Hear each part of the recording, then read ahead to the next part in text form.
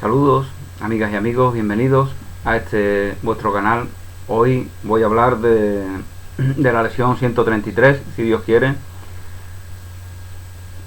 que es una lesión igualmente con mucho contenido. No le daré valor a lo que no lo tiene. No le daré valor a lo que no lo tiene.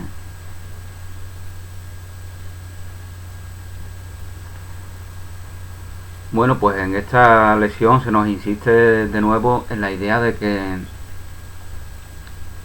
pedimos muy poco verdaderamente cuando nos identificamos con lo formal.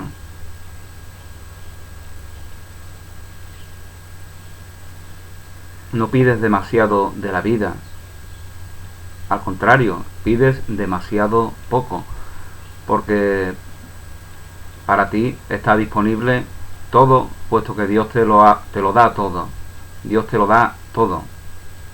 El propio bien de la vida, eso es todo lo que hay, eso es todo lo que está disponible, y eso es abundancia, eso es plenitud, eso es integridad, eso es una fuente de amor inagotable, con lo cual, tomándolo todo, no precisas ya de mendigar en un mundo de separación, que es lo que hacemos todos cuando no nos aceptamos, cuando no nos vemos como receptores de esa plenitud, de esa integridad, de esa abundancia que Dios comparte con nosotros, al darnos vida, que es el único bien que se da, y el único bien que existe, el único bien real y el único milagro que podemos concebir. En él se albergan todos los milagros.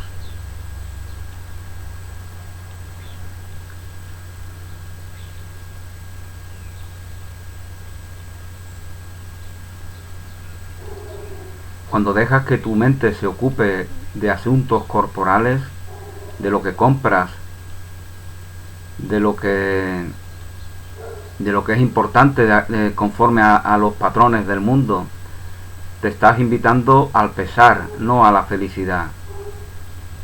Cuando te desenvuelves en un mundo sin Dios, sin plenitud, sin integridad, cuando te relacionas con todos los elementos con los que interactúas con una mentalidad de carencia, de escasez, que es esa mentalidad que alguna que otra iglesia ha extendido por todo el globo terráqueo, y una vez que se ha aceptado esa mentalidad, ya se ve como normal. Una vez que nos hemos aceptado en esa necesidad de estar compitiendo por bienes que percibimos como escasos, ya lo vemos como normal. De esto se nos habla de manera muy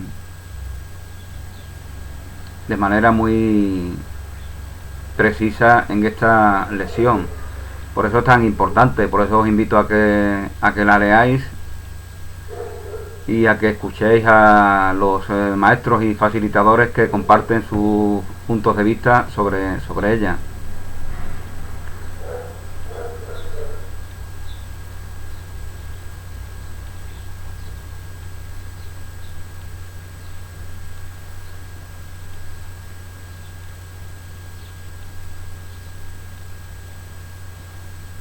Bueno, pues nosotros vamos a centrarnos simplemente en algunos de los párrafos que más nos resuena, que más nos está compartiendo enseñanzas que ahora mismo necesitamos. Si eliges algo que no ha de durar para siempre, lo que estás eligiendo carece de valor. Si eliges algo que está en el tiempo y en el espacio, no estás eligiendo nada. Ideas, cosas, relaciones que empiezan y que terminan en el tiempo, eso no es nada, eso va a terminar. Si tu valor te lo da algo temporal, algo espacial, entonces tú no te estás reconociendo a ti mismo en tu verdadero valor, en la eternidad. Y si no te reconoces a ti en la eternidad, pues lógicamente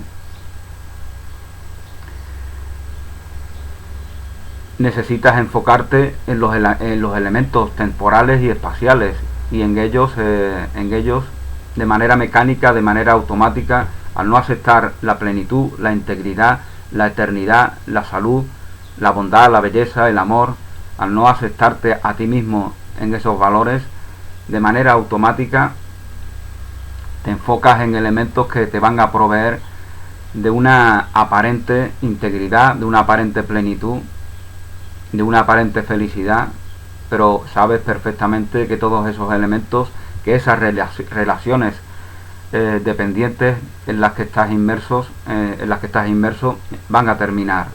Por lo tanto, no son reales, no son verdaderas, no son permanentes. Todo lo que está en el tiempo empieza y termina.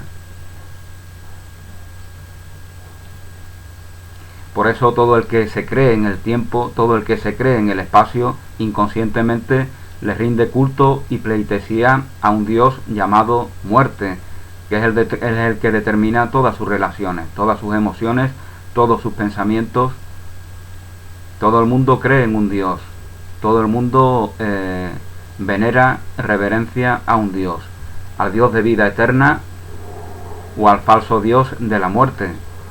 Todo el mundo, lo reconozca o no, está sometido por un Dios. Permite que el Dios de vida eterna, que te da plena libertad, sea el que te guíe, porque tu libertad, tu integridad, tu plenitud están garantizadas. Están garantizados con el Dios de vida eterna. Y en cambio, en el mundo, en la otra alternativa, el someternos al Dios de la muerte,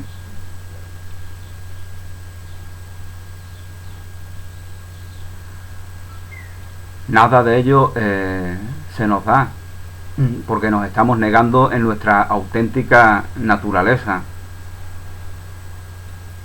y buscamos construirla de manera artificiosa en relaciones dependientes, en las cuales los elementos con los cuales interactuamos, los hermanos y hermanas con los que nos relacionamos, son meros objetos de los cuales queremos robar esa plenitud que no está siendo reconocida en nosotros. Entonces ya todas las relaciones son interesadas. Es lo que se da en un mundo sin Dios. Entonces ya tenemos necesidad de hacer permanente apología de nosotros mismos, reivindicarnos permanentemente, y verdaderamente no nos estamos reivindicando ni haciendo apología. Lo que estamos reivindicando y de lo que estamos haciendo apología es de la ilusión que nos sustituye, de eso que llama un curso de milagros ego. Y a él, por él estamos trabajando, no por lo que verdaderamente somos. Porque tú no eres dependencia, en ningún sentido, en ningún lugar, en ningún momento. Y las relaciones de verdad se dan gracias a esa aceptación. Esto no te priva de nada, esto no te priva de ningún elemento del mundo. No te priva del alimento, no te priva de la bebida, no te priva de lo lúdico, no te priva de una gozosa relación amorosa, no te priva de nada. No solamente no te priva, sino que te facilita que verdaderamente lo tengas. Te facilita a que seas dueño de tu vida, y de esa manera no tienes dependencia alguna con respecto a ningún elemento. Ama a Dios sobre todas las cosas, porque Dios es la verdad de todas las cosas. Relaciónate con todo como si te relacionaras con Dios, porque esa es la relación esencial. Dios está permanentemente en relación contigo, y tu vida es la única evidencia disponible de esa relación, y no necesitas más. Ante la dicha, ante la alegría, ante el gozo de la vida, reconocido, aceptado y compartido, ¿qué pruebas se precisa? Busca pruebas el que se niega a sí mismo, el que se niega en la verdad, el que se niega en la plenitud, el que se niega en la integridad, el que se niega en la abundancia. Ese es el que busca pruebas.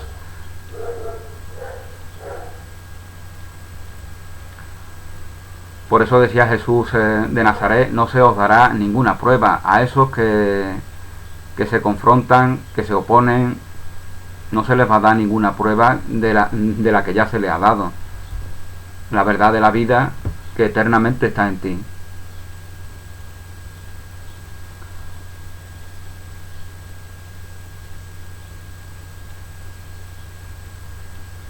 Un valor temporal no tiene valor alguno. Lo temporal no tiene valor alguno.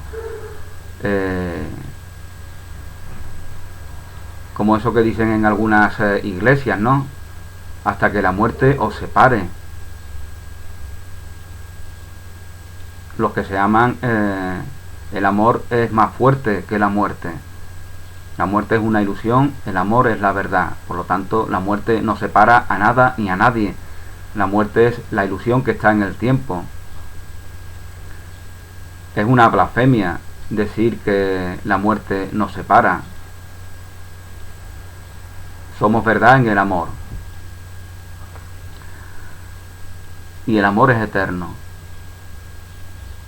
No hay ilusión que pueda separarnos. Con lo cual, esa ceremonia, pues, el que la quiera, que la disfrute, ¿no? Pero es una ilusión del mundo. Hasta que la muerte os separe. La muerte no nos separa. Porque estamos en la eternidad. No estamos en la ilusión del tiempo. La muerte es la ilusión que corrobora todo lo que estamos diciendo. Que todo lo que está en el tiempo y todo lo que está en el espacio son ilusiones que se deshacen en sí mismas y que no nos proveen de nada permanente. Por lo tanto, siempre está disponible para nosotros elegir lo permanente, lo auténtico, elegir lo eterno. La eternidad es un estado de conciencia.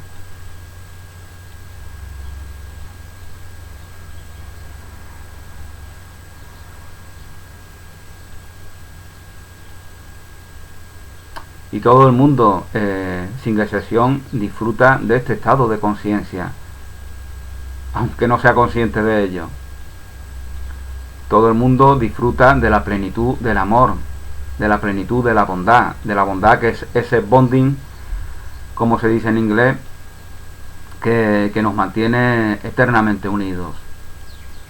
Es decir, la unidad. Bondad es sinónimo de unidad. Unidad es sinónimo de armonía.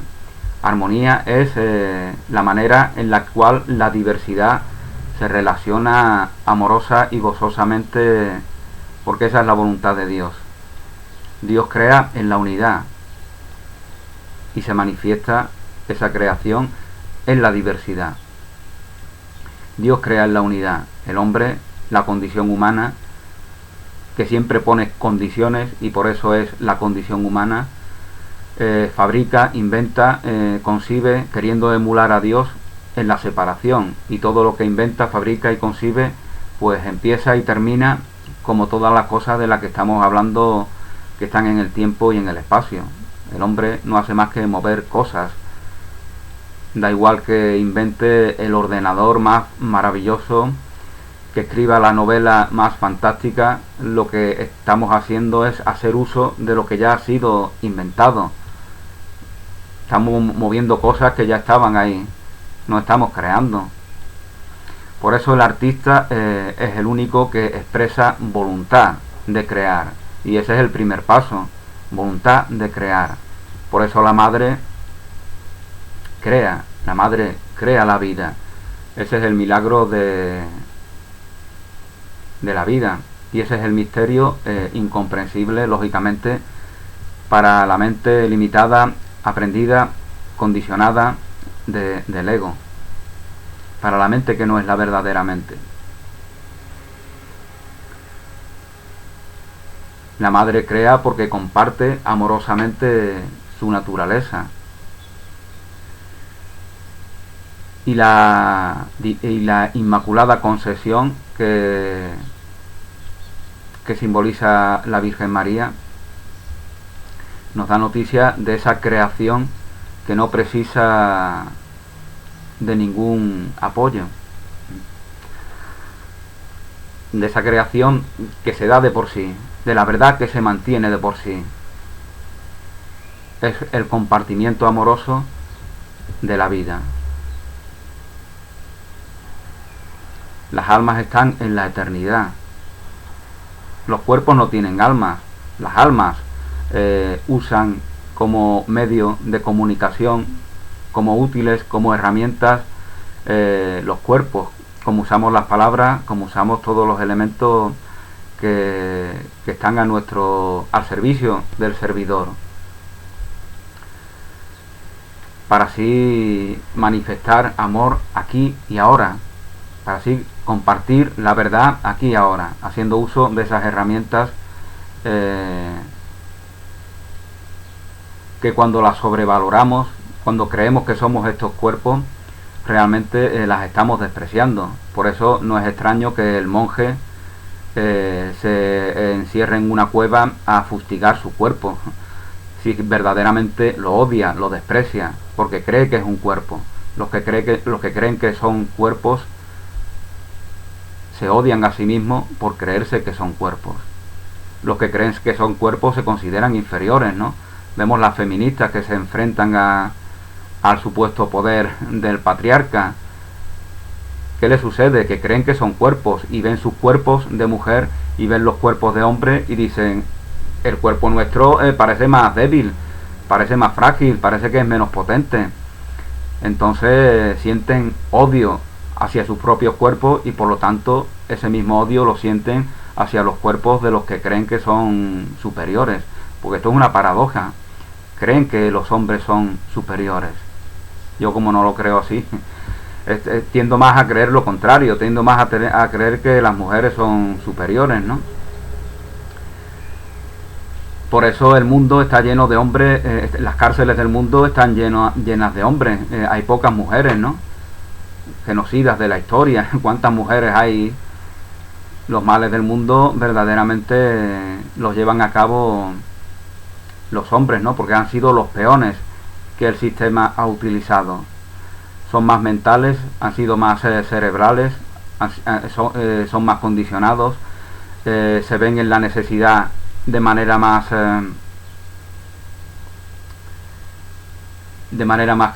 determinante de combatir, de tener una actitud de oposición.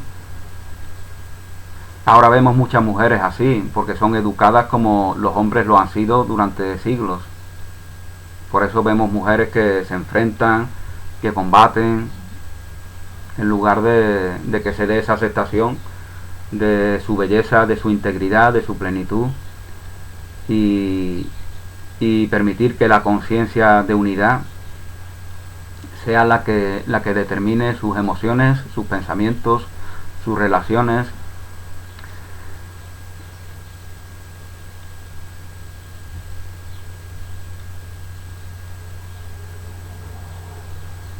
Tú no eres un cuerpo. Las diferencias están para prestar un servicio a tus semejantes. Si te ha tocado ser un hombre y puede que seas un poco más fuerte, un poco más resistente, aunque yo pienso que las mujeres en general son más resistentes en todos los sentidos que los hombres, ¿no? Pero bueno, si tienes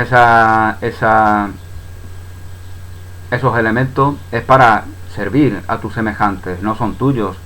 Son las herramientas con las cuales tú sirves a tus semejantes. El hombre es fácilmente maleable. Se ha visto en la historia. El hombre es lineal. Lo vemos en los cuerpos. La mujer es la armonía de las curvas. La curva es adaptación. Lo curvo es aquello que se adapta. La línea es lo rígido. Por eso es fácilmente manipulable. Y en cambio la mujer se adapta a todas las realidades. El hombre ha sido educado para el trabajo a lo largo de la historia. El trabajo es el lugar de competencia, de combate, de ataque. La mujer ha sido educada a lo largo de la historia para el hogar. El hogar es el lugar del amor, del apoyo, de la comprensión. Por lo tanto, ha sido el hombre el que ha sido verdaderamente maltratado. Desde ese punto de vista, el maltratado es el varón. porque lo que se da en el hogar o lo que se supone que debería de darse es lo que verdaderamente tiene valor. El amor, la bondad, la comprensión, la aceptación, la solidaridad, el apoyo, lo que se da en los centros de trabajo, aunque a menudo no se dé de esta manera, por supuesto, pero somos educados para el combate. Se nos daba ya esa educación desde niños. Tienes que esforzarte para ser más que los demás. Tu valor está en superar a tus hermanos y hermanas. A tus hermanos, ¿no? Porque las hermanas estaban apartadas y con ellas no competíamos. Tu valor está en superar a tus hermanos. Tu valor está en demostrar que eres más que ellos, que te esfuerzas más, que eres más disciplinado, etcétera, etcétera. Y así se educaba a las personas. Así se educaba a los hombres, para que fueran soldados, para que fueran peones del sistema. Hoy en día pues estamos, no me quiero salir del tema de la lección, ¿no? Pero hoy en día, ¿qué está sucediendo? Hoy en día pues hay mujeres que están experimentando los valores masculinos, e igualmente pues hay hombres que están experimentando los valores femeninos. Están descubriendo la manera de ver el mundo, la manera de interactuar en su realidad cotidiana, haciendo uso de esos valores femeninos, de esas energías femeninas. Y por eso vemos tantos hombres que conocen también a las mujeres, ¿no? Eso es algo muy novedoso, ¿no? Lo normal era que las mujeres conocieran la condición masculina por completo, ¿no? Por eso tenían tanto conocimiento de sus esposos, de sus hijos, conocían muchísimo. Además, el hecho de estar en el hogar les permitía dedicarse mucho tiempo a formarse, a avanzar todavía más en esas capacidades. Cuando la mujer llega a la sociedad, sale al mundo a trabajar, pues ya está como el hombre, ya está enfocado en las exigencias en las exigencias laborales que en algunos casos les absorben las 24 horas. Imagínate esas abogadas, esas ingenieras, esas personas que trabajan en las oficinas, están permanentemente metidas en su trabajo, están abducidas por lo que sus trabajos les exigen, y esto les hace perder lo que otras mujeres en otros tiempos tenían, la capacidad de conocer perfectamente su condición de mujer y la condición de hombre de aquellos que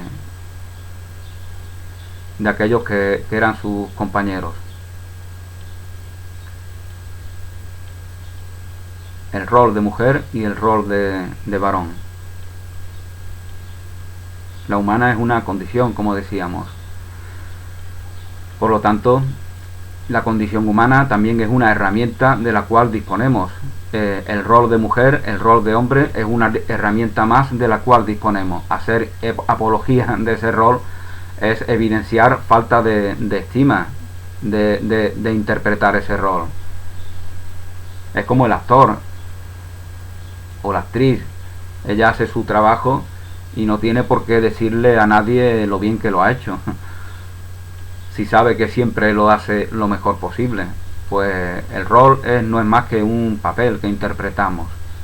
Tú no eres un hombre, no eres una mujer, no eres condición humana.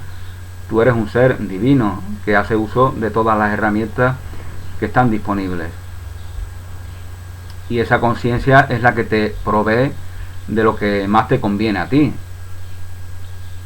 Lo que a ti no te conviene es elucubrar sobre lo que estamos diciendo. Porque toda duda es duda sobre ti mismo. Todo ataque es ataque a ti mismo. La búsqueda de comprensión desde esa mente aprendida, desde esa mente limitada, que también es una mera herramienta y por lo tanto no debemos delegar en ella. La búsqueda de comprensión a través de esa herramienta que es nuestra mente aprendida nos impide que se dé la aceptación sencilla y natural de lo que es evidente.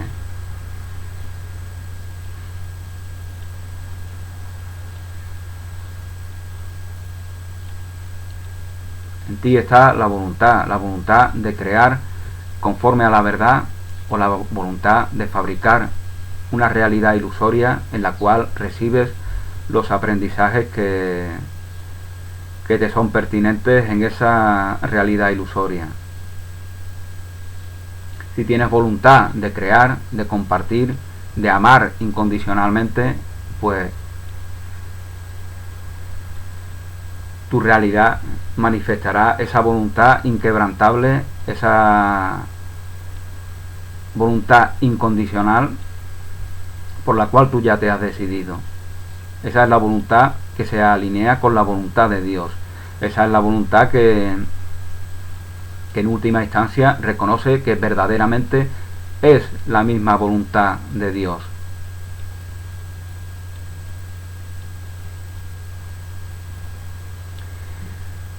Bueno, también se nos dice que si eliges quitarle algo a alguien, te quedas sin nada. Esto se debe a que cuando le niegas a alguien su derecho a todo, te lo niegas a ti mismo. No reconocerás, por lo tanto, las cosas que realmente posees y negarás que estén ahí.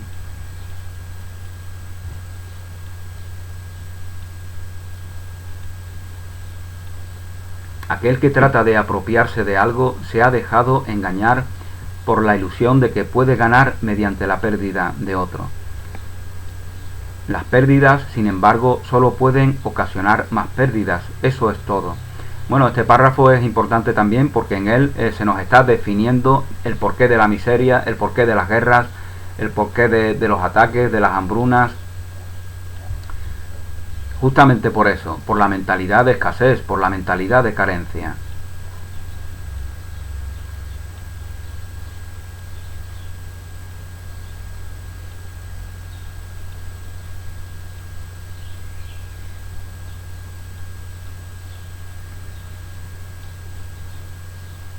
No puedes ganar mediante la pérdida de otro. No ganas nada. Lo que ganas es arraigar más en ti esa mentalidad de carencia, esa mentalidad de escasez. Tú no necesitas nada, tú lo tienes todo, tú lo eres todo. Por lo tanto, no tienes que combatir, que competir por nada ni por nadie.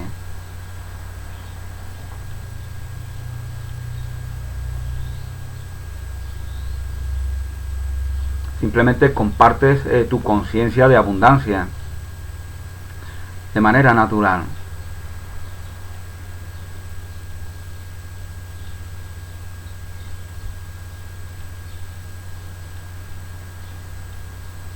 La miseria no es solamente no tener cosas materiales. La miseria es tener también muchas cosas materiales y creerte que tu valor está en ello. Que tu valor está en tener muchas casas, muchos coches, mucho dinero. Quien cree que su valor está en ello se desprecia a sí mismo. Por eso vemos que engordan en tanto esos ricachones, ¿no? Y enferman tanto y se meten en todos los vicios porque piensan que son superiores a todos los que no son ricos y por lo tanto de alguna manera deben de experimentar esa supuesta superioridad. ¿Cómo la experimentan? Metiéndose en todos los vicios, en todas las adicciones, en todas las dependencias que le hacen enfermar, que le hacen... Después disponen de los mejores médicos, no les sirve de nada. Efectivamente le alargarán la vida, una vida de sufrimiento, una vida de dolor. Porque no se ha dado esa aceptación, porque no se ha escuchado la palabra que Jesús nos dice: dalo todo y sígueme, libérate de todo, libérate de todos los apegos y sígueme, que yo te mostraré el camino, la verdad y la vida. Yo soy el camino, la verdad y la vida. Eso nos dice Jesús, esa verdad que te hace libre. Esa verdad que te impide que tengas que vivir en el engaño, en el fingimiento, en el miedo. Tú no tienes que interpretar papel ninguno que no sea el de compartir la integridad, la plenitud, el amor, la verdad, porque esa es tu naturaleza. Eso es lo que verdaderamente eres. No se trata de que te desprendas de manera temeraria de las cosas por las cuales sientes apego, porque si sientes apego lo que tienes que hacer es trabajar para no tener ese apego, no liberarte de ellas de manera temeraria para luego echarlas de menos. Jesús, cuando le dice a este joven que quiere formar parte de aquellos que van pregonando la buena nueva, el mensaje del amor, de que la verdad nos hace libres, de que no respondamos al mal con la violencia, de que amemos a Dios por encima de todas las cosas, porque Dios es la verdad de todas las cosas, de que amemos a nuestros hermanos y hermanas como a nosotros mismos, porque si no reconocemos el amor en nosotros mismos, si no nos amamos a nosotros mismos, es imposible que compartamos ese amor, es decir, es imposible que amemos a nuestros semejantes. Bueno, pues este joven que quería seguir a Jesús, Jesús pues lógicamente le dice, si tú tienes todo esto que tú tienes aquí, que tiene aquí de todo, tiene campo, tiene cortijo, si tú quieres seguirme, lógicamente tendrás que abandonar esas cosas, ¿no?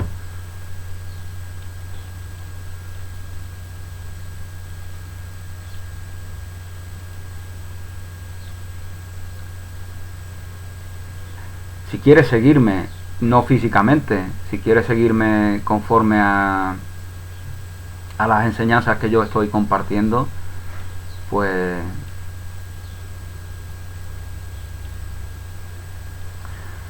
entonces libérate de los apegos que tú tienes por todas esas posesiones,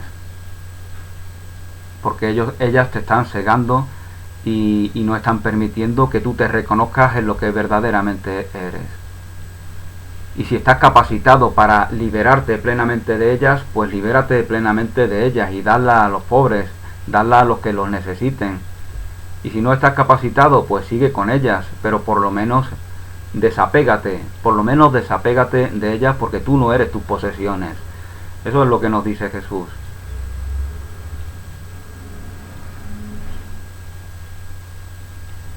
Jesús no era el embajador de la miseria, de la pobreza. Cuando Jesús nos dice que seamos pobres, lo que nos dice es que no tengamos apego por esas cosas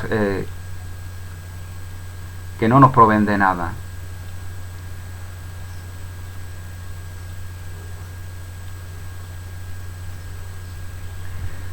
Es decir, que no amemos a las cosas por encima de Dios. Ama a Dios por encima de todas las cosas. Dios está en todas las cosas. Dios está en todo lo que veo. Así nos dice un curso de milagros. Dios está en todo lo que veo. ¿Por qué dice esta frase? ¿Porque quiere liarte acaso? ¿Quiere liarte Jesús? ¿Quiere liarte Helen Jackman diciéndonos que Dios está en todo lo que veo?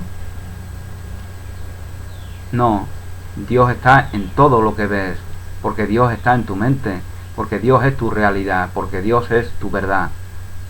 Por lo tanto, cuando ves desde esa verdad, todo lo que ves, en todo lo que ves está la presencia de Dios.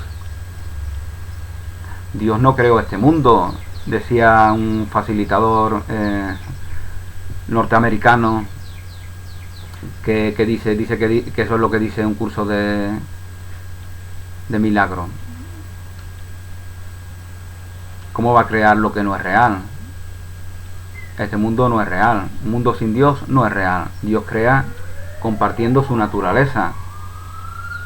Dios crea en la eternidad. La vida está en la eternidad. Solo en la eternidad se reconoce la vida. La vida verdadera se reconoce en la eternidad. La vida que está en el tiempo no es vida. Es dependencia.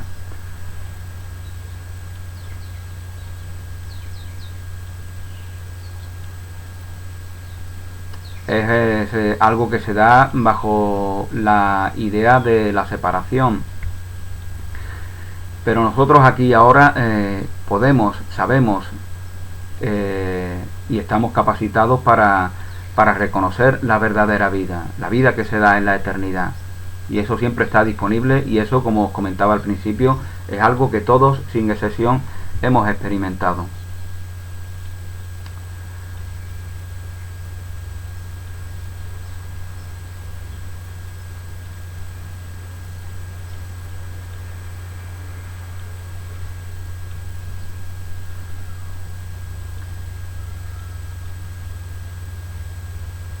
Bueno, pues entonces este párrafo, como os comentaba, pues ese que empieza por en segundo lugar, ese define de manera precisa y certera el por qué se da la miseria, el hambre, la guerra, el conflicto en el mundo.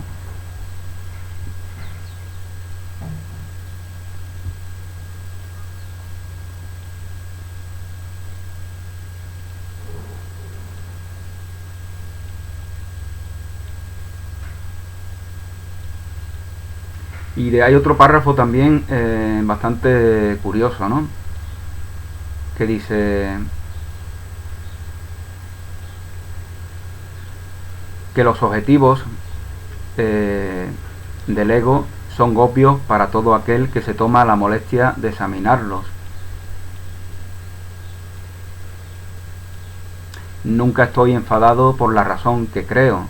Si ataco, si me enfrento, si muestro oposición, es porque estoy enfadado por otra cosa y a través de otra vía, a través de otra forma de enfado, intento liberarme de eso que me da desasosiego. Es decir, dicho en otras palabras, me estoy engañando a mí mismo. Me estoy engañando a mí mismo. Me enfado contigo, pero no me enfado contigo por la razón que te estoy diciendo. Me enfado por otro motivo que no estoy reconociéndome a mí mismo y que tiene que ver con mi falta de aceptación, con mi falta de reconocimiento de mi verdad, de esa verdad que me hace libre. Con eso tiene que ver. Nunca estoy enfadado por la razón que creo, porque de esta manera desde el ego me garantizo que siempre voy a estar enfadándome, porque no estoy reconociendo cuál es la verdadera razón para corregirla, para sanar. Bueno, pues se nos decía que los objetivos del ego son obvios para todo aquel que se toma la molestia de examinarlos. En esto el engaño es doble, pues el que se ha dejado engañar no solo no se dará cuenta de que simplemente no ha ganado nada, sino que además creerá haber apoyado las metas secretas del ego.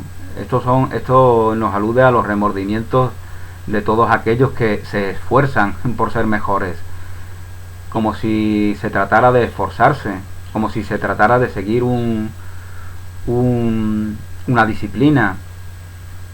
Esas personas tienen, luego cuando no ven los objetivos, las ambiciones que tenían dentro de ese camino espiritual, sienten remordimiento, se sienten mal, sienten que no están progresando. Es que la cuestión no está en eso, la cuestión está en aceptarte aquí y ahora, en tu plena inocencia. En eso radica tu liberación. Aquí y ahora tienes que aceptar tu plena y total inocencia y la total inocencia de toda la creación. No en ponerte a diseñar un organigrama para progresar y para... No, eso no te sirve si a lo que te lleva es a sentirte mal. Si a alguien le sirve para que se dé un progreso en la ilusión, porque los progresos se dan todos en la ilusión. En la verdad, ¿qué progreso precisas? En la verdad, en tu integridad, en tu plenitud, la santa, eterna y perfecta obra de Dios, ¿qué progreso necesita? Ninguno. Los progresos, por lo tanto, se dan en la ilusión. Los aprendizajes se dan en la ilusión. Para recibir un aprendizaje es preciso ser un iluso, y hay que reconocérselo así con humildad. Porque ¿qué aprendizaje necesita el Hijo de Dios, el Santo Hijo de Dios, el perfecto, inocente y eterno Hijo de Dios? No necesita de aprendizaje alguno, simplemente comparte su plenitud, su integridad, sirve a sus semejantes, porque la vida es servicio.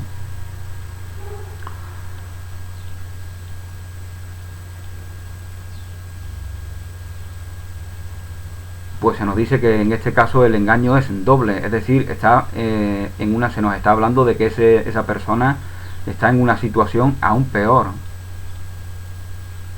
precisamente por querer estar en una mejor, por confiar en esfuerzos humanos, en disciplinas humanas. No, la fe siempre a la plenitud, a la integridad, al poder de Dios. Todo poder es de Dios. Los poderes del mundo no son, no tienen potestad alguna. Son ilusorios y en su ilusión se deshacen, porque están en el tiempo, porque están en el espacio. Todo poder es de Dios en la eternidad.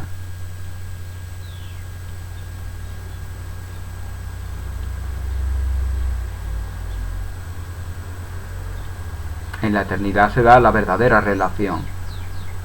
Todos nos relacionamos aquí y ahora en la eternidad.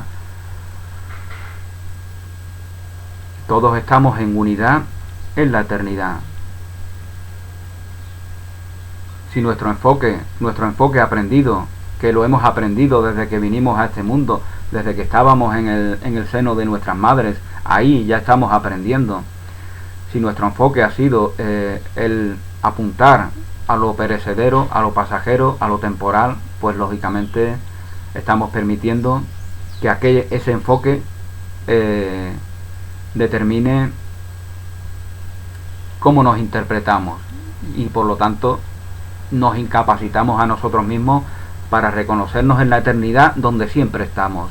La eternidad no es algo a lo cual tú vayas cuando este cuerpo físico deje de ser tu herramienta. La eternidad es un lugar, una realidad, una verdad que siempre está en ti y que tú siempre estás en ella. La eternidad es el reino de Dios. El reino de Dios está en vosotros. Así nos dice Jesús.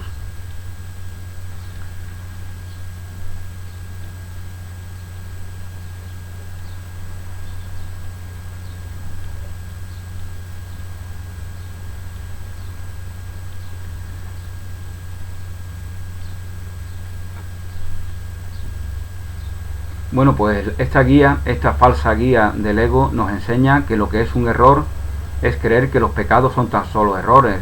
Eso es lo que va a responder el ego. Cuando decimos que los pecados no existen, que son errores, que es una percepción equivocada y que es una conducta determinada por esa percepción equivocada.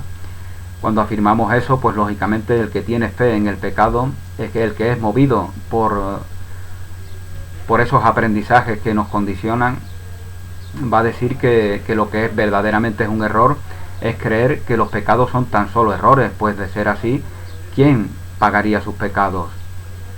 Por eso en la sociedad se tiene fe en la justicia humana, en las cárceles, en todo tipo de represiones,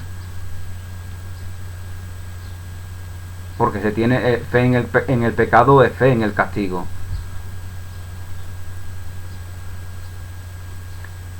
Y ya sabemos que todas las cosas, que todos los delitos que se cometen en la sociedad no dejan de cometerse porque existan esas justicias humanas, esas cárceles, no dejan de cometerse en absoluto. Porque justamente el hecho de que existan es lo que facilita de que se sigan cometiendo. Porque es lo que promueve el miedo. Y el miedo es lo que nos hace que aquello que tememos acontezca. El miedo es lo que te hace, y esto lo puede uno comprobar en su propia vida, si es honesto y si verdaderamente se observa. El miedo es lo que te hace que aquello que temes te suceda. Con lo cual el miedo no te aporta absolutamente nada. Esto no significa que si estás muerto de miedo estés capacitado para que ese miedo sea reinterpretado y se convierta en una guía provisionalmente. Esto es lo que algunas personas dicen, que el miedo es un buen consejero. El miedo es un buen consejero cuando tú ya por lo menos lo estás dominando, pero en la verdad el miedo no te aporta absolutamente nada. Lo que temes no lo amas. Si temes a tus hermanos y hermanas, es que no lo amas. Lo que amas no lo temes, porque lo reconoces en unidad contigo.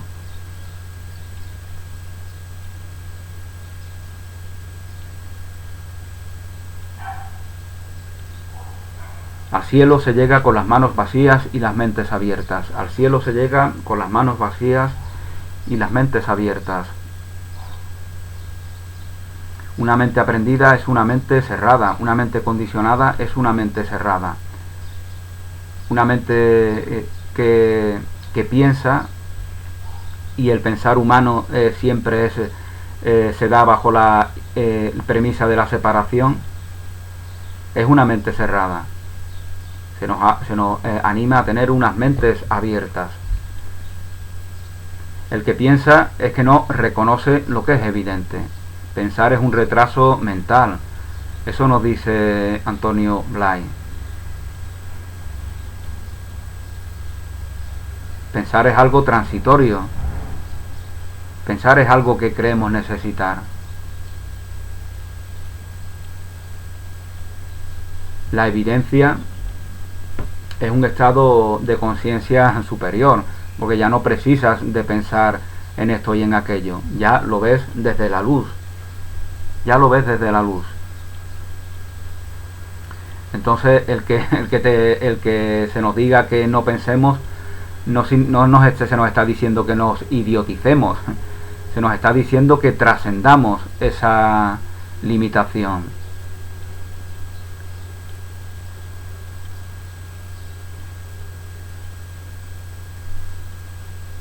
Justamente el idiota es idiota porque piensa.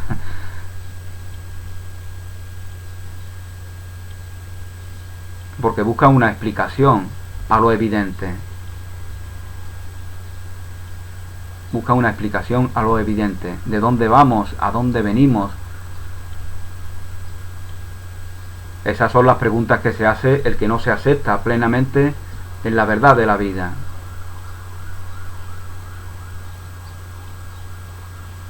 Entonces elucubra y lo que es la base de toda la ciencia es otorgarle crédito a lo que se observa en detrimento del observador, es decir, en desprecio de aquel que está observando, cuando la única evidencia de vida está en el propio observador.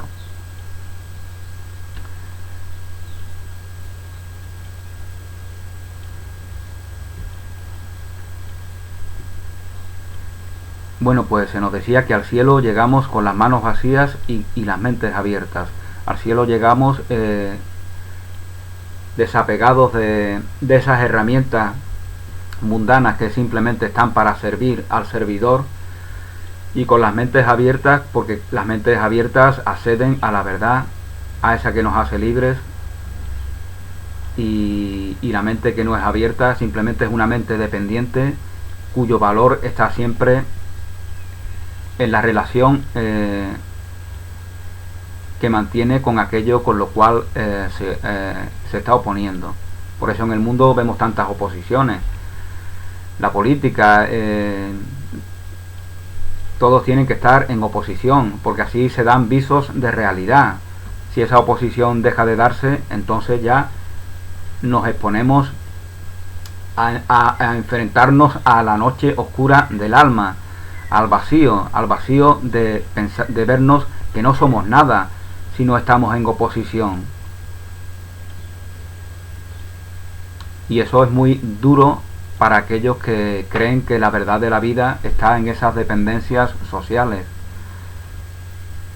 y por eso no quiere abandonarla.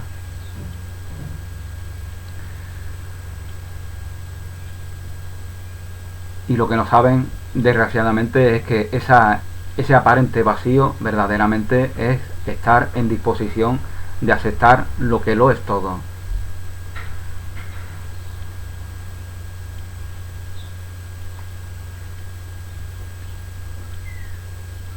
Pues al cielo se llega con las manos vacías y las mentes abiertas, las cuales llegan a él sin nada, a fin de encontrarlo todo y reivindicarlo como propio.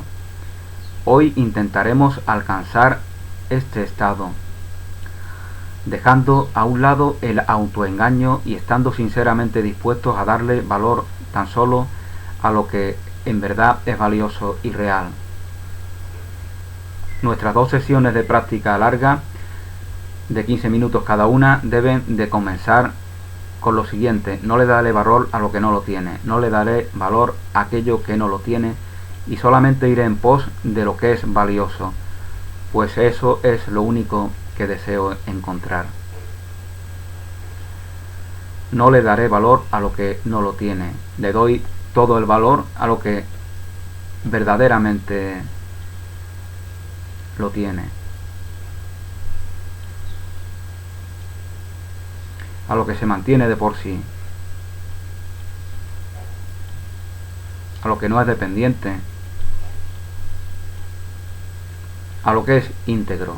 Y como es íntegro, de manera natural tiene una disposición de integridad con todo y con todos, porque todo y todos informan de esa integridad, de esa unidad, de la armonía de la vida.